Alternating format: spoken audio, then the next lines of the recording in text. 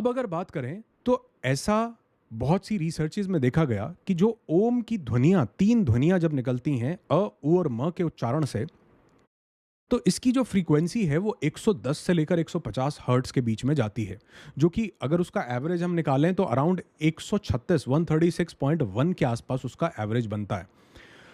अब ये जो फ्रीक्वेंसी है 136.1 की, ये हीलिंग में कैसे मदद करती है? 136.1 हर्ट्ज जो है वो सन के अराउंड अर्थ के ऑर्बिट की भी फ्रीक्वेंसी है। क्या कोइंसिडेंस है?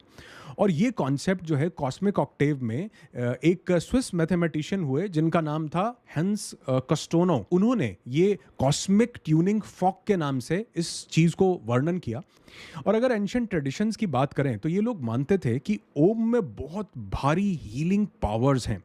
और अब तो सबसे बढ़िया बात यह है कि मॉडर्न साइंस भी ये मानने लगी है, मतलब मानना शुरू करने लगी है कि हाँ, ओम के पास कुछ हीलिंग पावर्स ज़रूर हैं। तो एंशिएंट फिलॉसफीज़ या एंशिएंट ट्रेडिशन या स्पिरिचुअलिटी इसकी हीलिंग पावर्स के बारे में क्या बात करती है, क्या बताती है, और मॉडर्न मेडिकल साइंस आज क्या बेनिफिट्स ओम के प्रूव कर रही है, जी हाँ, प्रूव कर रही है, उसकी आज मैं आपसे बात करने वाला हूँ।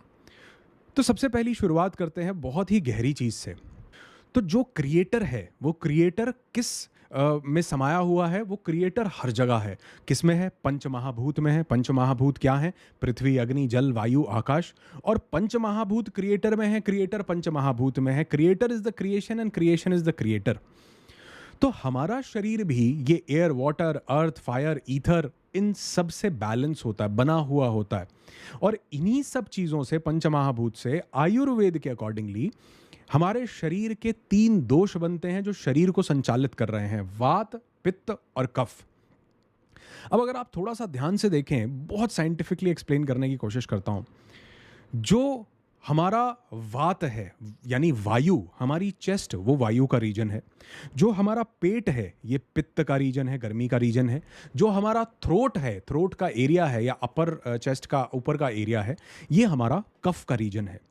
अब जो ओम का उच्चारण है, जिसमें मैं बार ओम इसलिए बोल रहा हूँ क्योंकि हम उसको समझ पाएँ, तो जो इसका उच्चारण है, इसमें जो 3 ध्वनियाँ आती हैं अ, उ और म, जब आप इसका सही से उच्चारण करते हैं, ये करना कैसे है, ये बहुत ध्यान से आखिर में समझना, नहीं तो लोग सिर्फ ओम का ही उच्चारण कर रहे हैं। नो डाउट उसके भी सिग्निफिकेंट बेनिफिट्स होंगे, लेकिन सही तरीका क्या है ये ज़रूर समझिएगा ताकि आप अपने आप को हील कर सकें और लाखों बेनिफिट्स और ले सकें। अब जब हम ओम का उच्चारण करते हैं अ, उ और म का, तो आप नोट करेंगे, जैसे मैं अभी आपको करके दिखाता हूं। ओम।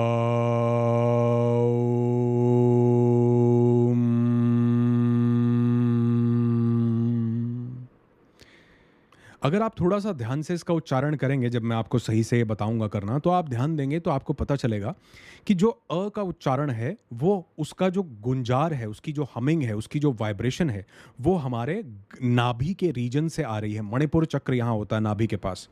जब हम ऊ का उच्चारण करते हैं तो वो जो वाइब्रेशन है वो हमारी चेस्ट से होकर के आ रही है, और जो म की वाइब्रेशन है वो हमारे कंठ से होकर के आ रही है। और वात, पित्त और कफ तीनों के रीजन क्या है? यही हमारा पेट, हमारी चेस्ट और हमारा कंठ। अगर आप थोड़ा सा ध्यान देंगे तो यहां पर हमारे 3 चक्र भी हैं। सप्त चक्र जो एक बहुत खूबसूरत विज्ञान है, जिसके माध्यम से हमारे रिट्रीट्स में हम हजारों लोगों के जीवन में परिवर्तन ला पा रहे हैं, जो कि वैदिक काल से ऋषियों मुनियों की देन है, जिसको हमने कहीं ना कहीं खो दिया था।